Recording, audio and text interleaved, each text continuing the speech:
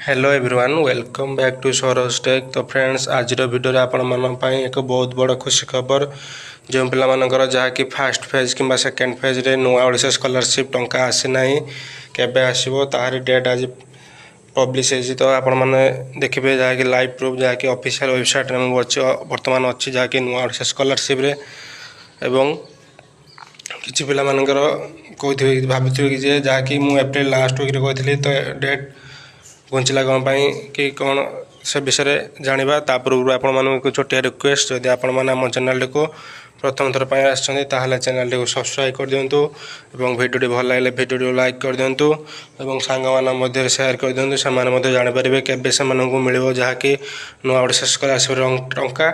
एवं जदि आपण मैंने जाए आम व्हाट्सएप चैनल जॉइन होना जहाँकि जल्दी जल्दी जॉइन हो जातु सेठार बहुत सारा लाइव प्रूफ आपण मैंने जहाँकि पठाଯିव खूब शीघ्र।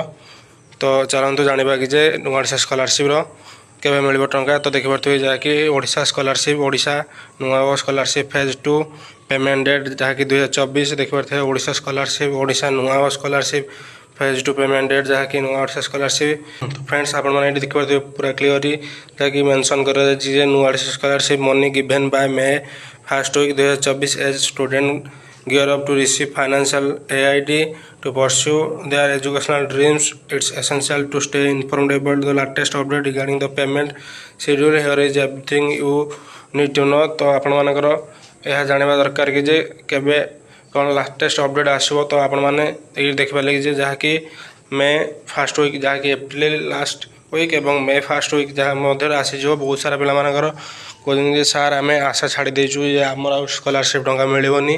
तो से कहीदे जे स्कॉलरशिप टंका आपण 100% मिल किंतु टिके लेट हो। तो आपण मैंने बहुत सारा पिला भावुना कहीं पोस्ट मैट्रिक स्कॉलरशिप जहाँकि आपण 3 मास 4 मास पर आसूँ। तो आपंकर आसूँ ना तो एठी कारण करना बहुत सारा पिला पाईगले और आपण मानक टंका मिलना। तो से भावुं कि आप आम तो अल्प किसी पिला रहा आमको मिल कि ना। तो समस्त को मिल जहाँकि फेज 2 रे बहुत सारा पिला जहाँकि कहवाक गले 50% पाखापाखि पिला पाई 50% पाखापाखि पिला पाई ना। तो से मिल कि ना। तो सहित जो मान फास्ट फेज पिला मिल।